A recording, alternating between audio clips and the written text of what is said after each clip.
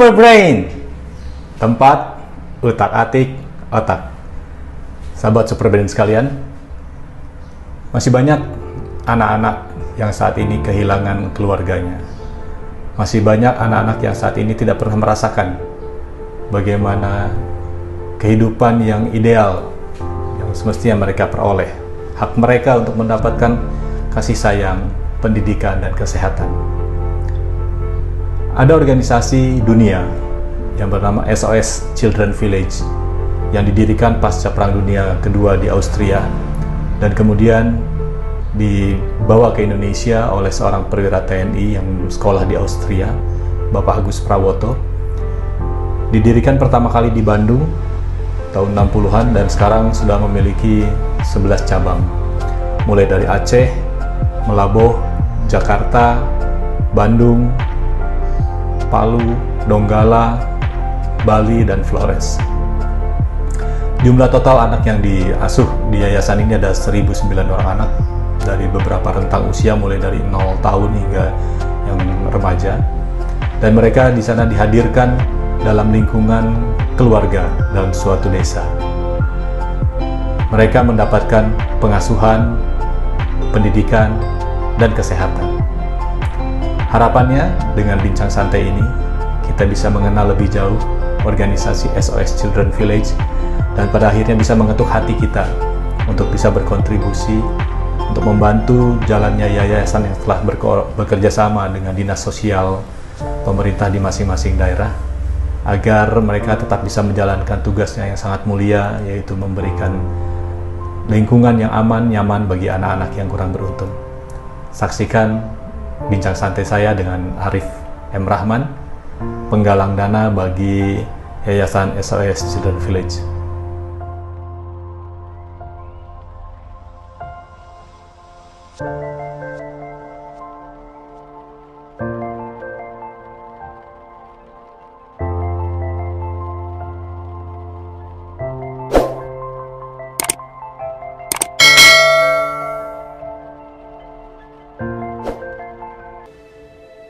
Bismillahirrahmanirrahim. Assalamualaikum warahmatullahi wabarakatuh, kawan-kawan Super Brain sekalian. Hari ini saya mau berbincang santai dengan Mas Arif ini. Arif ya? Apa kabar Arif? Betul. Betul Pak, nama kita sama ya Pak ya? Iya, sama, Arif dengan Arif. Apa kabar Arif? Alhamdulillah baik Pak, gimana Pak Arif juga sama baik ya? Ya, Alhamdulillah baik juga. Terima kasih ya mau ikut ngobrol santai di Super Brain ini. Saya sangat menghargai waktunya Mas Arif yang pasti lagi sibuk ini ya di yayasan ini. Bisa perkenalan Mas Arif sekarang kegiatannya atau sebagai apa di Yayasan SOS ini dan nanti bisa jelaskan Yayasan SOS ini apa sih gitu ya? Oke, baik. Terima kasih Pak Arif atas waktunya ya, atas undangannya udah mau ngajak saya nih bincang-bincang santai kan kayak gitu ya. Sama. Pada intinya bincang-bincang santai ini mudah-mudahan menghasilkan buah kebaikan untuk masyarakat Indonesia. Amin, yang mendengarkan amin. Ini khususnya ya kita berdua kan kayak gitu Pak ya. Yang senantiasa untuk memberikan kebaikan, mengajak kebaikan untuk masyarakat Indonesia pada umumnya. Perkenalkan, saya Arif Muhammad Farhan. Jadi saya ini sebagai fundraiser-nya SOS Children Village Pak Arif. Sebagai SOS itu singkatan dari apa ya? Bagaimana Pak? SOS itu singkatannya apa? Apakah Save Our Soul? Atau nggak ada singkatan? Oh enggak Pak, itu memang udah paten dari pendirinya itu sendiri kan kayak gitu. SOS Children Village kan kayak gitu Pak. Kemudian saya sebagai fundraiser-nya di SOS ini adalah sebagai garda terdepan nih Pak untuk melakukan penggalangan dana, kemudian mengajak orang untuk berdonasi dan tentunya ini donasinya juga untuk donasi adik-adik yang memang dimana adik-adik kita ini adalah yang telah dan beresiko kehilangan pengasuhan dari orang tuanya begitu. Karena mereka itu bisa jadi karena penyebabnya itu ini Pak, kehilangan pengasuhan itu bisa jadi karena faktor ekonomi, kemudian kemiskinan, korban kekerasan dalam rumah tangga, kemudian ada mungkin faktor hukum dan faktor-faktor yang lainnya, sehingga banyak ribuan anak Indonesia yang harus terpisah pengasuhannya dari orang tuanya itu sendiri. Nah, kebetulan saya sebagai garda terdepan ini selalu melakukan kegiatan penghimpunan dananya itu di publik Pak, atau di tempat umum. Seperti apa? Misalkan di mall atau di perkantoran, di beberapa perbankan, kemudian di bookstore kayak media dan lain sebagainya begitu. Nah, berbicara tentang SOS Children Village ini khususnya di Indonesia itu sendiri, ini adalah salah satu inisiator Bapak tercinta kami, yaitu Bapak Agus Prawoto. Mereka itu adalah beliau itu adalah sosok yang memang panutan kami, walaupun beliau itu sudah almarhum. Beliau seorang tentara yang ditugaskan ke Austria, dan ketika waktu itu justru dikenalkan dengan SOS itu sendiri oleh sahabat baiknya yang sekarang justru jadi istrinya sendiri begitu, Pak. Baik. Betul, sahabat baik Pak bisa jadi istri begitu, dan alhamdulillah istrinya masih ada sekarang. Alhamdulillah, Alhamdulillah masih ada. Ya. Berarti masih ada, dan kemudian almarhum Bapak Agus itu melihat salah satu majalah SOS dan di sanalah ada ketertarikan dengan melihat majalah anak-anak waktu itu, karena kan SOS hadir ini waktu secara internasional ini adalah hadir ketika pasca Perang Dunia II waktu itu kan gitu, dan salah satu inisiator atau pendirinya itu adalah dari salah seorang dokter, yaitu Bapak Herman Gebiner begitu Pak, dan lainnya memang di Austria begitu. Baik. Berarti SOS ini yang mendirikannya dulu adalah perwira TNI ya? Kalau misalkan perwira TNI atau itunya aku kurang tahu. Yang jelas itu memang dari seorang TNI yang sedang ditugaskan ke Austria. Kebetulan Bapak Arif juga ini sebagai TNI juga ya Pak ya? Ya, insya Allah, betul. Ya, saya juga tertarik. Mudah-mudahan ada ketertarikan ya Pak ya di dunia sosial kan kayak gitu ya. Ya sebenarnya untuk beraktivitas di dunia sosial itu apapun yang memang kita mampu untuk berikan untuk dunia ini, khususnya untuk bangsa ini, ya lakukan. Iya, benar. Dan di sana banyak sekali ya yang membutuhkan uluran bantuan kita ya. Banyak banget Pak, kan kayak gitu, banyak banget. Baik. Sejauh ini begitu. Didirikan tahun 60-an, sampai sejauh ini ada berapa cabang ya di Indonesia ya? Ada 11 Pak. Ada desa anak. Desa anak ini ada 11. Jadi ada 8 ya Pak ya. Ya 11. Ada mulai dari Melabo, kemudian Banda Aceh, kemudian ada di Medan, kemudian ada di Semarang, ada di Jakarta, ada di Bandung, ada di Flores, ada di Bali, ada di Palu dan Donggala begitu. Palu dan Donggala itu ditambah karena pas yang kejadian ketika pasca bencana itu Pak. Bencana di Palu itu ya. Bencana iya. Nah itulah salah satu si anak itu bisa terpisah dari pengasuhan dari orang tuanya itu adalah faktor bencana alam itu sendiri.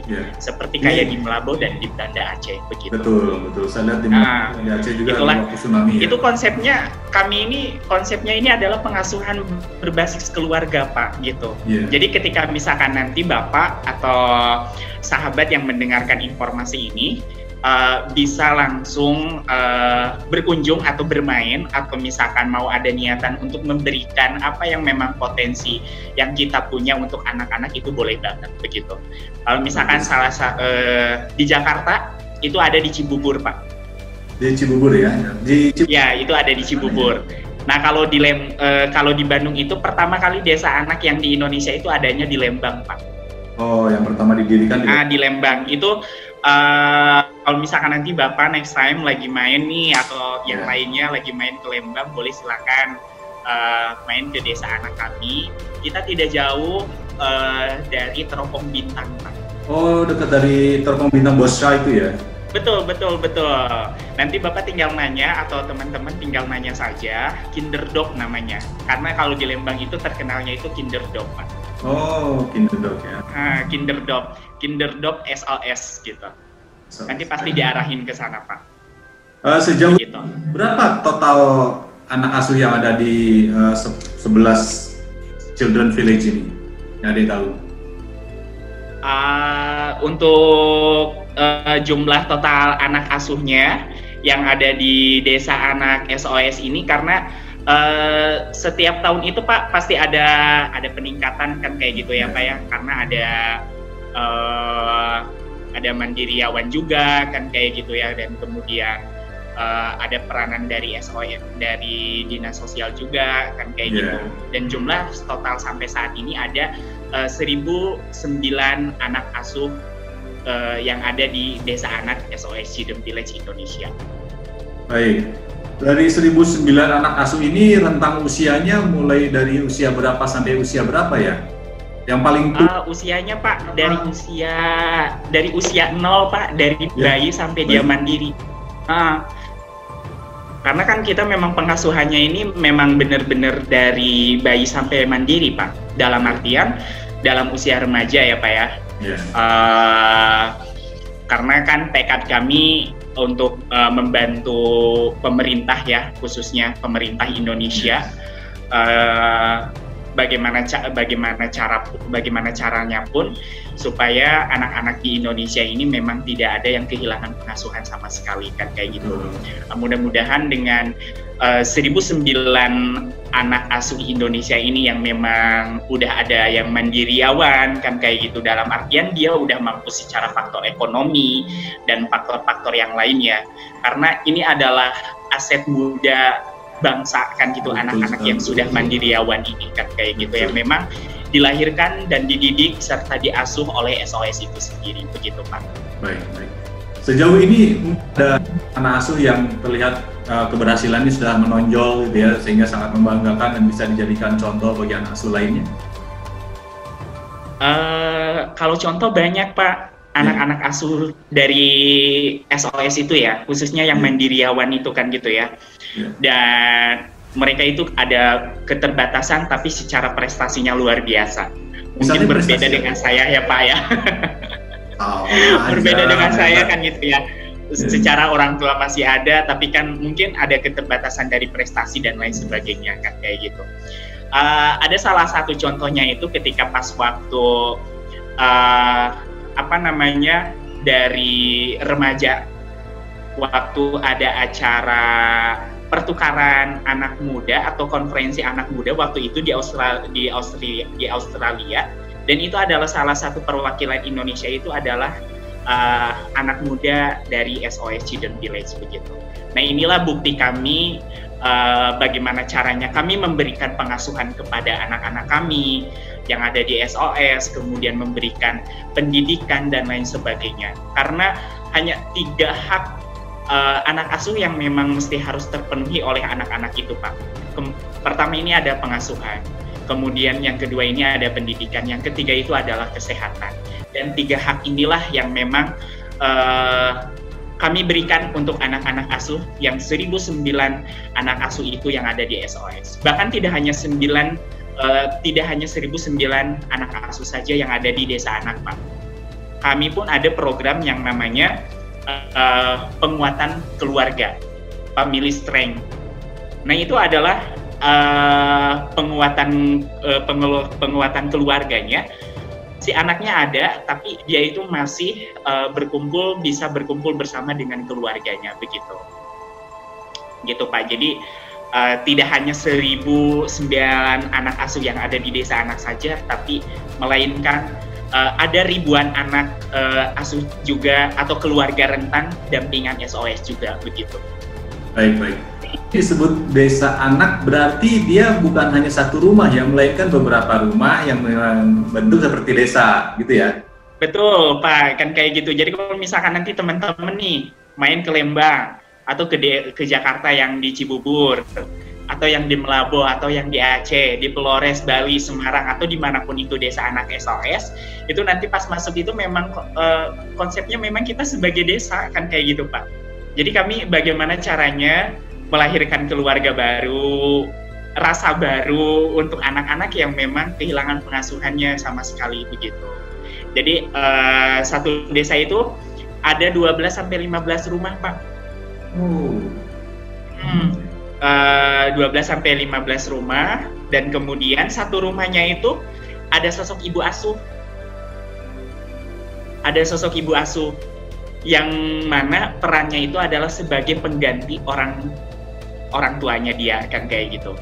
Ada orang tua, ada ibu asuh, kemudian ada peran kakak dan adik kan kayak gitu. Yang mana ibu asuh itu harus memberikan pengasuhannya 8-10 anak per rumah.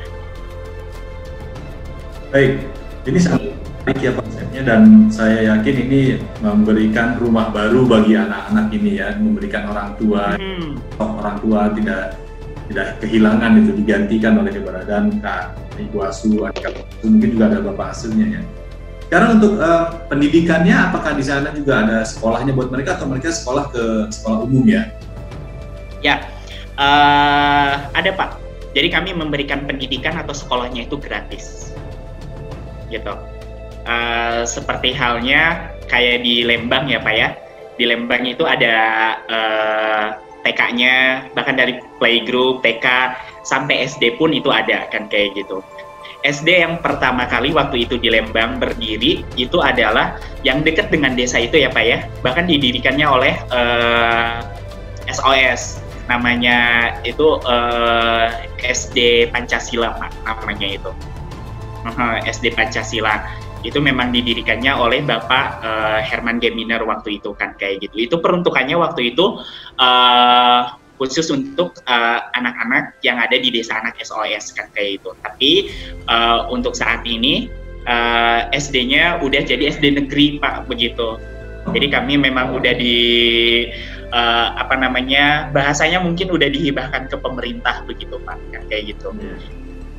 Pokoknya jadi bagaimana Pak? Sejauh ini apa tantangan yang paling sering dihadapi dalam menyelenggarakan desa anak ini? Oke ya, mungkin tantangannya ini adalah berhubungan dengan saya selaku garda terdepan sebagai fundraiser dari SOS, yaitu Pak, tantangannya itu bagaimana sih sulitnya mengajak masyarakat kan gitu ya untuk berbuat kebaikan di tengah zaman dengan tantangan zamannya sekarang kan kayak gitu Pak. Yang memang saya rasakan yaitu sulit banget, itu ada kan kayak gitu Pak. Karena mengajak orang itu untuk berbuat kebaikan itu tidak mudah seperti membalikan telapak tangan kan kayak gitu Pak. Mungkin orangnya disangkanya saya itu adalah sebagai petugas apalah kan kayak gitu ya Pak ya, kalau di lapangan itu kan kayak gitu. Padahal kita berpikirnya berbuat kebaikan itu tidak mesti harus nunggu menjadi sultan katakanlah kan kayak gitu ya Pak ya, tidak mesti harus nunggu lebih kan kayak gitu. Berapapun justru yang diberikan kepada anak-anak itu adalah besar manfaatnya kan begitu Pak. Jadi ya itulah Pak tantangan saya sebagai fundraiser. Itu adalah tantangan yang memang sangat berat banget kan kayak gitu, karena untuk membangun desa anak itu kita membutuhkan biaya yang memang cukup besar begitu Pak. Ya saya yakin ya, dan memang sayangnya juga banyak ditemukan gitu, ada orang-orang yang menyalahgunakan ya di luar sana, itu akhirnya mengurangi kepercayaan dari publik ya, dari masyarakat. Tapi kalau diadakan semacam kunjungan langsung ke sana ya, ke sekolah desa, saya yakin orang akan terkagum-kagum gitu, dan tidak akan terkagum-kagum, betul Pak, ragu betul. untuk menyumbangkan karena mereka melihat langsung langsung desa gitu ya disediakan, pasti butuh operasional yang sangat tinggi ya. Saya juga berharap bisa berkunjung ke sana ya, dan melalui media ini juga saya ingin membagikan pada sebanyak mungkin viewers ya, bahwa ada organisasi seperti SOS Desa Anak ini yang sungguh-sungguh telah melakukan penyediaan penggantian pengasuhan yang tidak didapatkan oleh anak-anak ini sejak tahun 60-an, ya nggak? Berarti sudah usianya 70, usianya sudah 40 tahun lebih ya, hampir 50 tahun ya. 60 tahun bahkan. Ya, sudah sekarang tahun 2020. Ya, sudah 60 tahun ya.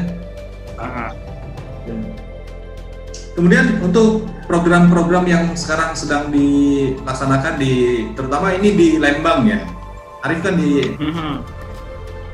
ya Pak, mungkin secara garis umumnya program yang memang sedang kita jalankan itu yang pertama itu yaitu tadi Pak, pengasuhan berbasis keluarga, yaitu tadi Pak yang jumlahnya 1.009 anak asuh itu, kemudian ada di 8 desa anak itu, kemudian ditambah dengan yang di Palu dan di Donggala kan kayak gitu. Nama programnya yaitu tadi pengasuhan berbasis keluarga. SOS Children Village memastikan memastikan anak-anak yang telah kehilangan pengasuhan dari orang tuanya itu adalah mereka itu memiliki rumah, memiliki ibu, kemudian kakak dan adik, layaknya kita aja Pak, seperti keluarga kan kayak gitu ya, seperti keluarga yang natural kan kayak gitu Pak. Nah itulah kita membentuk sebuah komunitas yang disebut desa anak itu sendiri begitu, atau village kan kayak gitu Pak. Baik, kalau misalnya untuk ada anak-anak kita yang kurang beruntung, sekarang mereka hidupnya lebih banyak di jalan, tapi usianya misalnya 15 tahun, usia remaja. Ya, itu juga bisa mereka bergabung ke Children Village ini, ataukah ada batasan umur ya? Kalau saya lihat di website kan usia 10 tahun ya maksimalnya ya. Ya Pak, jadi sebenarnya kayak gini Pak, jadi sebelum si anak itu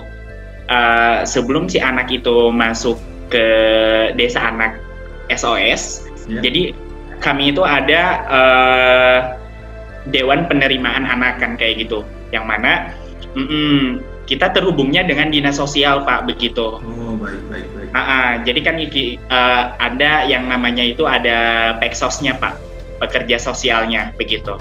Nah jadi nanti kami dari DPA SOS-nya itu melakukan surveying dulu terlebih dahulu kan gitu ya, untuk memprofiling si anak ini, di mana keluarganya, kita ketemu dengan keluarganya, ada orang tuanya atau tidak, secara faktor kondisi keluarganya itu bagaimana, baik dari sosial ekonominya itu bagaimana kan kayak gitu. Baru di sanalah kita melakukan, ketika misalkan ada persetujuan dari si orang tuanya dan si anaknya memang mau untuk tinggal di desa anak SOS, itulah prosesnya pun memang seperti itu begitu. Bagusnya ini sudah hubungan dengan dinas sosial ya, jadi dengan pemerintah. Justru memang peranan kami di sini adalah membantu pemerintah Pak. Betul. Membantu pemerintah kan kayak gitu. Baik. Kalau mungkin menurut Adik perlu ada program-program lain yang akan dikembangkan ke depan sehingga bisa menarik minat para donatur juga untuk bisa berkontribusi ya dalam program advokasi. Masih fokus pada pengasuhan itu. Oke, jadi kalau misalkan di SOS itu sendiri ada yang namanya program jangka pendek, menengah, dan jangka panjang. Jadi setiap kalinya kita terus berinovasi, apa sih yang memang dibutuhkan oleh masyarakat kan gitunya, khususnya untuk menangani masalah anak-anak ini sendiri kan kayak gitu. Kita memberikan inovasi, terobosan-terobosan baru kan kayak gitu ya. Apa yang memang dibutuhkan oleh bangsa ini khususnya untuk penanganan anak-anak itu sendiri. Jangankan hal-hal yang seperti itu, bahkan setiap NGO itu Pak ya, khususnya yang memang membidangi di bidang anak-anak, kami terus berkoordinasi kan kayak gitu. Berkoordinasi artinya apa? Ini adalah yang memang PR yang harus diselesaikan bersama kan kayak gitu. Tidak hanya harus diselesaikan oleh SOS itu sendiri kan kayak gitu. Kita mempelajari terkait untuk undang-undang anak-anak, bagaimana sih pengasuhan untuk anak-anak ini sendiri, memberikan pemecahan masalah anak-anak yang memang kehilangan pengasuhannya, kita terus berkoordinasi kan kayak gitu. Nah, karena kebetulan di sini adalah saya sebagai fundraiser nih ya Pak ya, sebagai fundraiser, justru perkembangan dan terobosan program yang memang terbarukan ini adalah yang memang biasanya saya melakukan ini adalah menyapa, approach di tempat umum kan kayak gitu Pak. Tapi nah saat ini kita kerjasama dengan yang memang dengan yayasan kita bisa.com yang memang yayasan itu adalah sangat kredibel banget lah kan gitu ya. Betul, semua masyarakat umum itu tahu yayasan kita bisa.com itu kita melakukan crowdfunding atau melakukan fundraisingnya itu di digital begitu lewat kita bisa.com gitu. Baik, ini saya rasa ini satu hal terobosan yang sangat bagus ya, karena akhirnya memudahkan juga bagi para donatur ya. Betul, ini di tengah pandemi kayak gini Pak, ini tantangan banget pokoknya Pak. Betul, saya yakin ya, tantangan juga bagi semua orang saat ini, tapi kita betul, iya. Tidak hanya kita aja kan kayak gitu ya, mungkin Bapak juga merasakan ya tantangannya bagaimana Pak. Ya. Ini terakhir nih Mas Arif ya. Mungkin betul, silakan Pak. Ada himbauan dari Mas Arif yang ingin disampaikan kepada masyarakat, pada para viewer gitu? Ya, baik.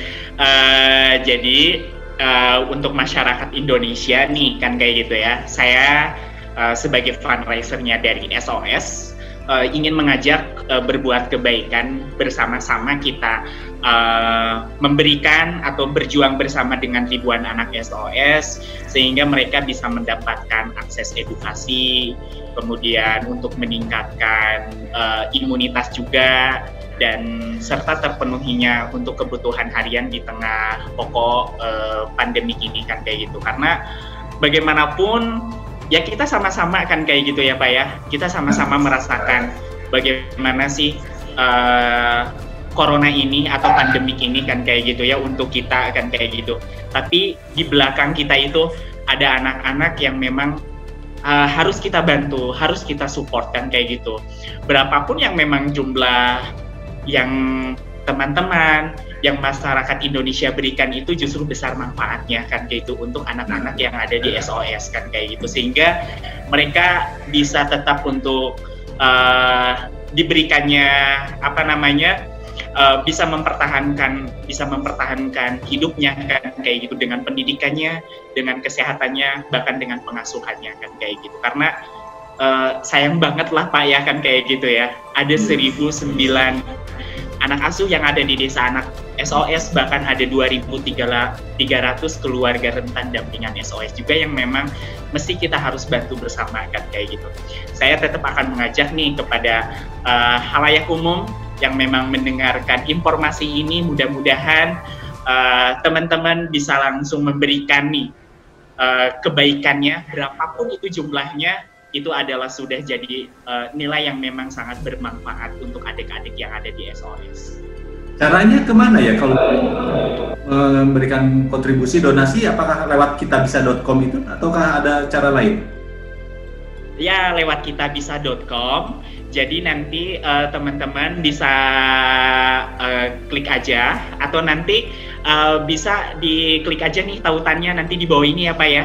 Bisa ya Pak ya? Nanti saya gitu. Simpan tautannya di penjelasan nanti ya. Betul begitu ya. Ini apa namanya? bit.ly/bantu mereka kan kayak gitu. Nanti tinggal ada pilihan donasinya. Berikanlah donasi yang memang terbaik untuk adik-adik yang ada di SOS begitu.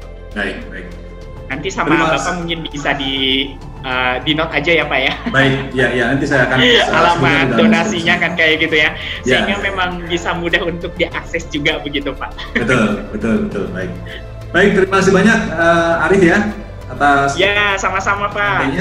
Dan insya Allah ini nanti juga akan bisa sampai kepada lebih banyak orang melalui channel saya ini, karena sampai saat ini sudah ada hampir 7.000 untuk viewer ini. Mudah-mudahan mereka juga wah, mantap banget ya Pak ya. Mudah-mudahan mereka juga tergerak, dan tadi dengan kemudahan bisa melalui kitabisa.com maupun Bitly, bantu mereka, nanti mudah bagi mereka untuk bisa berdonasi ya. Terima kasih dan salam sukses ya. Terima kasih bersama dalam menjalankan tugas ini, karena memang saat ini situasinya sedang berbeda, tantangan bagi semua orang. Tapi itulah kita hidup untuk bisa menghadapi tantangan tersebut. Dan salam sayang saya buat semua anak di SOS ya. Siapa kami tunggu Pak kunjungan Bapaknya nih kan kayak gitu ya. Mudah-mudahan nih Pak Arif juga bisa mengajak nih kalangan-kalangan kolega-kolega yang ada di instansi Pak Arif itu sendiri kan kayak gitu ya. Kita sama-sama berjuang nih Pak. Sahabat Superbrain sekalian, tadi kita telah menyimak bincang santai saya dengan Arif M. Rahman. Beliau adalah penggalang dana untuk Yayasan Children Village Indonesia yang berlokasi pertama kali di Lembang. Mudah-mudahan bagi Sobat Superbrain yang memiliki kelebihan rezeki dan ingin berdonasi, silakan bisa disalurkan melalui kitabisa.com. Nanti di sana lihat ada linknya untuk SOS Children Village. Dan jangan lupa untuk membubuhkan angka unik yang membedakan fundraiser dari SOS Children Village dengan fundraiser lainnya. Harapannya kontribusi kita sesedikit apapun, sebesar apapun, itu bisa membantu Yayasan SOS Children Village untuk mendapatkan dana yang mereka butuhkan demi kelangsungan operasional yang sangat tinggi. Semoga kedermawanan dari sobat-sobat Superbrain sekalian akan mendapatkan berlipat kebaikan dari Tuhan Yang Maha Esa berupa kesehatan, kesuksesan, kelancaran, dan kebahagiaan di dunia dan akhirat. Amin.